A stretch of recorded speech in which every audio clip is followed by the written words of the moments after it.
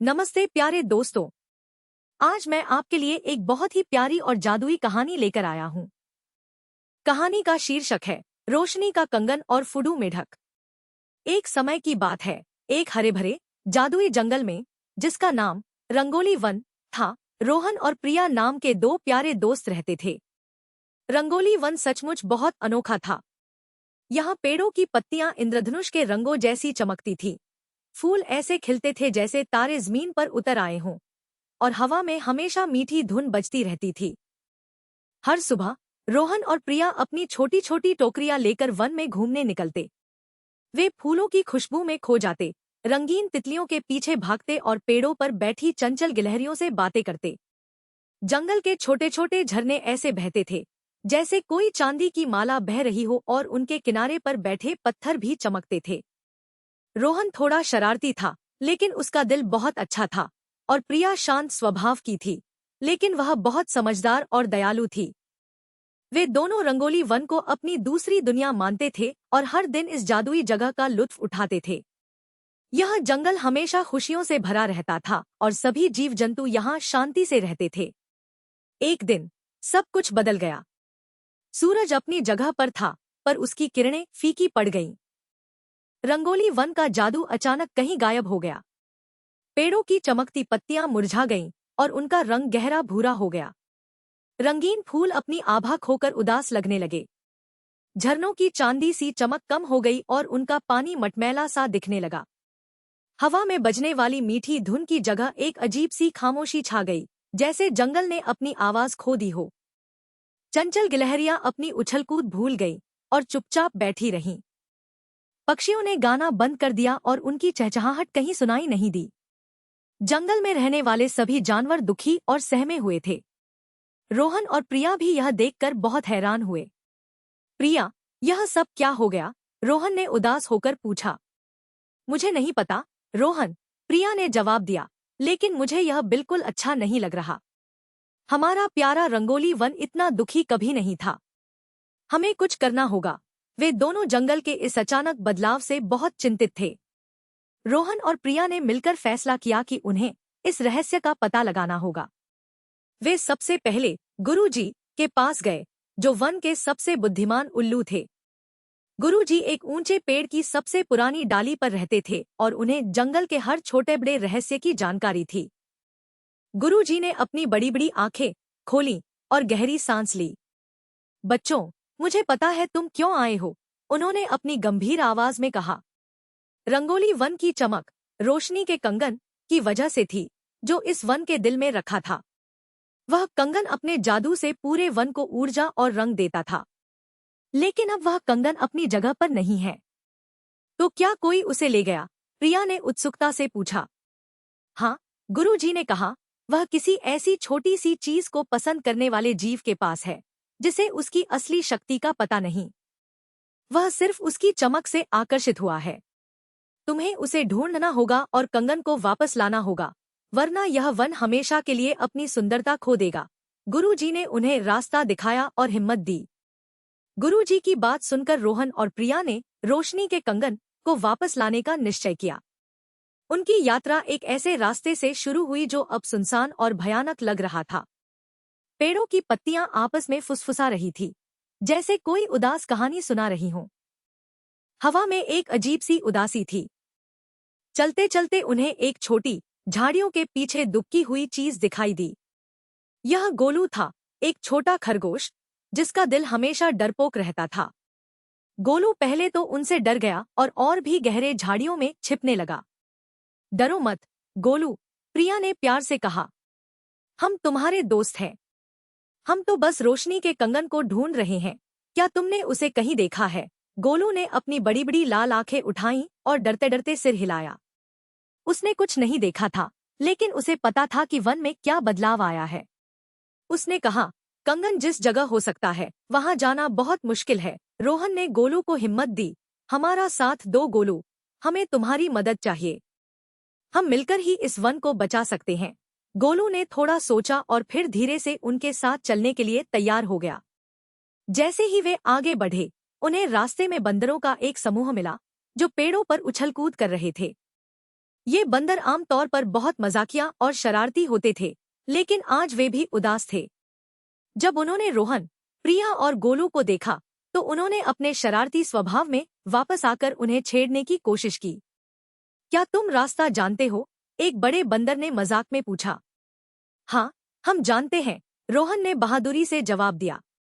बंदरों ने उनके रास्ते में सूखी पत्तियां और छोटी टहनियां फेंकना शुरू कर दिया। हमें परेशान मत करो, प्रिया ने प्यार से समझाया। हम जंगल को बचाने की कोशिश कर रहे हैं। अगर जंगल ठीक नहीं होगा तो तुम भी खुश नहीं रह पाओगे, है ना? बंदरों ने एक दूसरे की तरफ देखा। उन्होंने प्रिया की बात समझी।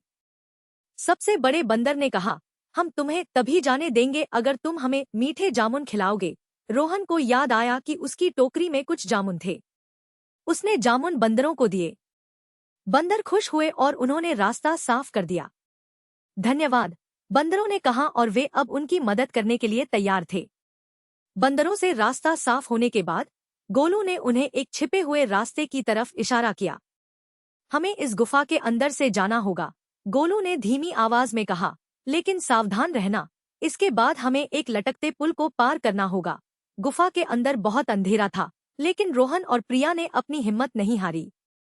उन्होंने एक दूसरे का हाथ कसकर पकड़ा और धीरे धीरे आगे बढ़े। गुफा से बाहर निकलने पर उनके सामने एक गहरी खाई थी, जिसके ऊपर एक पतला, लटकता हुआ बेलों का पुल झूल रहा था। पुल बहुत पुराना और कमजोर लग रहा था। यह बहुत ऊंचा है, प्रिया ने घबराकर कहा। डरो मत प्रिया, हम एक साथ चलेंगे, रोहन ने उसका हाथ और कसकर पकड़ा। वे धीरे धीरे एक एक कदम आगे बढ़ाते हुए पुल पर चलने लगे। पुल हर कदम पर हिलता था, लेकिन उन्होंने हिम्मत नहीं हारी। गोलू भी उनके पीछे पीछे कूदता हुआ चला। थोड़ी देर बाद वे सुरक्षित रूप से पुल पार कर चुके थे। हमने कर दिखाया, रोहन खुशी से चिल्लाया। प्रिया ने भी राहत की सांस ली। उनकी दोस्ती और हिम्मत ने उन्हें इस मुश्किल को पार करने में मदद की। पुल पार करने के बाद वे एक घने जंगल में पहुंचे जहां पेड़ इतने पास पास थे कि सूरज की रोशनी मुश्किल से जमीन तक पहुंच पाती थी। यहाँ की हवा थोड़ी नम थी और एक अजीब सी खुशबू आ रही थी। चलते चलते उन्हें सामने एक छोटी सी पहाड़ी दिखाई दी। पहाड़ी के बीच में एक गुफा का मुंह था, जो पत्थरों से ढका हुआ था। लगता है हमें इसी गुफा में जाना होगा, प्रिया ने फुसफुसाते हुए कहा। रोहन ने पत्थरों को हटाने की कोशिश की। वे बहुत भारी थे, लेकिन उसने अपनी पूरी ताकत लगा दी। जैसे ही पत्थर हटे, गुफा के अंदर से एक हल्की सी चमक दिखाई दी। यह चमक वैसी ही थी जैसी गुरुजी ने रोशनी के कंगन की बताई थी। लगता है हम सही जगह पर आ गए हैं, रोहन ने उत्साह से कहा। गुफा के अंदर घुसते ही उन्हें एक अजीब सी, हल्की गुनगुनाने वाली आवाज सुनाई दी, जैसे कोई धीरे धीरे गाना गा रहा हो। यह आवाज उन्हें और गहरे अंदर की ओर खींच रही थी। गोलू थोड़ा डर गया था, लेकिन उसने हिम्मत की और उनके साथ अंदर चला गया। गुफा के अंदर का दृश्य अद्भुत था। गुफा की दीवारें चमकते हुए पत्थरों से भरी हुई थी, जिनसे एक हल्की, जादुई रोशनी निकल रही थी। इस रोशनी के बीचों बीच उन्हें एक छोटी, चमकीली चीज दिखाई दी। यह रोशनी का कंगन था, और उसके पास बैठा था एक अजीब सा जीव। यह एक पंख वाला मेढक था, जिसका नाम फुडू था। फुडू बहुत छोटा था और उसकी पीठ पर छोटे छोटे, हरे रंग के पंख थे। वह कंगन को अपने हाथों में लेकर उससे खेल रहा था, जैसे वह कोई आम चमकदार खिलौना हो। उसके चारों तरफ ढेर सारे चमकते हुए कंकड़ पड़े थे, जो उसने अलग अलग जगहों से इकट्ठा किए थे। फुडू बहुत ही मासूम और भोला था। उसे बिल्कुल भी अंदाजा नहीं था कि जिस चीज से वह खेल रहा है, उसकी वजह से पूरा रंगोली वन अपनी चमक खो चुका है। वह अपनी ही दुनिया में मगन था, कंगन की रोशनी में खुश। रोहन और प्रिया ने एक दूसरे की तरफ देखा। उन्हें समझ आ गया कि गुरुजी ने किस जीव की बात की थी।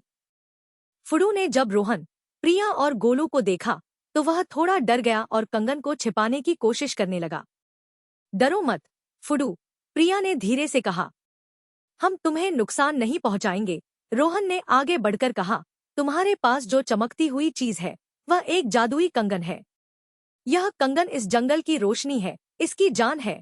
फुडू ने उन्हें देखा, उसकी बड़ी बड़ी आंखें हैरान थी। प्रिया ने समझाया, जब से यह कंगन अपनी जगह से हटा है, जंगल उदास हो गया है। फूल मुरझा गए हैं, पक्षियों ने गाना बंद कर दिया है और सभी जानवर दुखी हैं। फुडू ने अपने चारों ओर देखा, जैसे वह इस बात को समझने की कोशिश कर रहा हो। मुझे नहीं पता था, उसने धीमी, डरी हुई आवाज में कहा।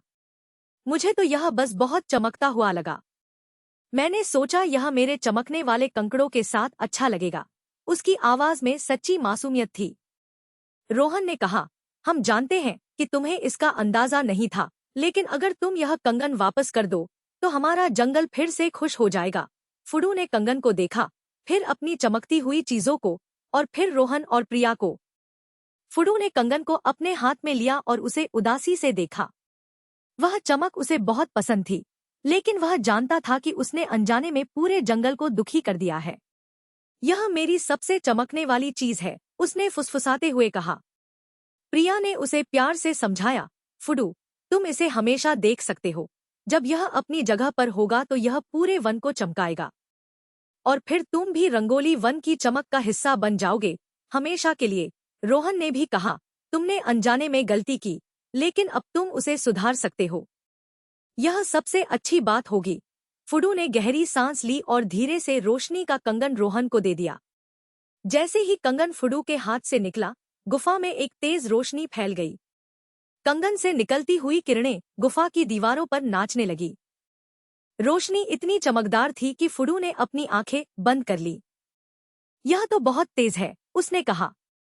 रोहन ने कंगन को सावधानी से अपने हाथों में लिया। यह वास्तव में बहुत शक्तिशाली था। गोलू भी इस तेज रोशनी को देखकर अपनी जगह पर ही जम गया। जैसे ही रोशनी का कंगन फुडू के हाथ से निकला और रोहन के हाथों में आया, एक अद्भुत चमत्कार हुआ। जंगल के ऊपर बादलों में छिपी धूप अचानक तेजी से चमक उठी। रंगोली वन में हर जगह मुरझाए हुए फूल फिर से खिल उठे और उनके रंग पहले से भी ज्यादा चमकदार हो गए।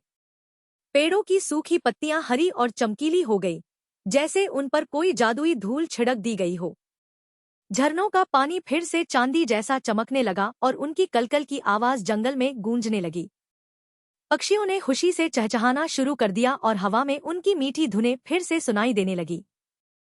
चंचल गिलहरियां पेड़ों पर खुशी से कूदने लगी, जैसे वे पहले कभी इतनी खुश नहीं थी। रंगोली वन एक बार फिर अपने असली जादुई रूप में लौट आया था। फुडू ने गुफा से बाहर आकर यह सब देखा। उसकी छोटी छोटी आंखें आश्चर्य से खुली रह गईं। उसने कभी नहीं सोचा था कि एक छोटी सी चीज का इतना बड़ा प्रभाव हो सकता है। यह देखकर वह बहुत खुश हुआ। रोहन और प्रिया रोशनी के कंगन को वापस लेकर खुशी खुशी जंगल से गुजरे। हर कदम पर वे देखते कि जंगल कैसे फिर से जीवंत हो रहा है। फूल मुस्कुरा रहे थे, पेड़ झूम रहे थे और नदियां हंस रही थी। जंगल के सभी जानवर उन्हें देखकर खुशी से चिल्ला रहे थे। बंदरों ने उनके लिए ताली बजाई, हिरणों ने छलांगे लगाईं और हाथी ने अपनी सूंड उठाकर उनका अभिवादन किया। गुरुजी भी अपने पेड़ पर बैठे मुस्कुरा रहे थे। उन्होंने कहा, तुमने बहुत अच्छा काम किया, बच्चों। तुमने न केवल कंगन वापस लाया, बल्कि तुमने फुडू को भी यह सिखाया कि शेयर करना कितना जरूरी है। फुडू, जो अब शर्मा रहा था, अपनी छोटी सी आवाज में बोला, मुझे माफ कर दो। मैं अपनी गलती समझ गया हूँ।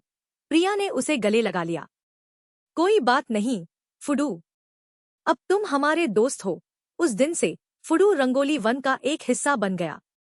उसने चमकती हुई चीजों का पीछा करना छोड़ दिया और उसने यह भी सीख लिया कि सच्ची खुशी दूसरों के साथ बांटने में है। रोहन और प्रिया ने अपनी साहसिक यात्रा से एक बहुत बड़ी सीख ली। उन्होंने सीखा कि कभी-कभी सबसे बड़ी समस्याएं छोटे-छोटे कारणों से शुरू होती हैं और उन्हें हल करने के लिए बहादुरी, समझदारी और दयालुता की जरूरत होती है। रंगोली वन अब पहले से भी ज्यादा सुंदर और खुश था। हर कोने से खुशी की आवाजें आती थी। बच्चे अब बिना किसी डर के वन में खेलते थे, जानते थे कि उन्होंने इसे बचाने में मदद की है। उन्होंने यह भी समझा कि हर जीव जंतु, चाहे वह कितना भी छोटा क्यों न हो, इस दुनिया का एक जरूरी हिस्सा है और सबका अपना महत्व है। फुडू ने यह भी सीखा कि किसी चीज को अपने पास रखने से ज्यादा खुशी उसे दूसरों के साथ बांटने में होती है, खासकर जब वह किसी के काम आती हो। और इस तरह रंगोली वन में हमेशा के लिए खुशहाली लौट आई और रोहन, प्रिया, गोलू और फुडू की दोस्ती की कहानी पूरे जंगल में सुनाई जाने लगी। इस कहानी से हमें यह सीख मिलती है कि हमें हमेशा दूसरों की भावनाओं और चीजों का सम्मान करना चाहिए। हमें समझना चाहिए कि छोटी से छोटी चीज भी बहुत महत्वपूर्ण हो सकती है और उसका सही जगह पर होना जरूरी है। किसी चीज को अपने पास रखने से ज्यादा खुशी उसे दूसरों के साथ बांटने और सबकी भलाई में होती है। साथ ही हमें हिम्मत और समझदारी से हर मुश्किल का सामना करना चाहिए। कैसी लगी आपको यह कहानी दोस्तों? हमें कमेंट्स में जरूर बताइएगा। इस वीडियो को लाइक करें, अपने दोस्तों के साथ शेयर करें और हमारे चैनल को सब्सक्राइब करना न भूलें ताकि आप ऐसी और भी मजेदार कहानियां देख सकें। धन्यवाद।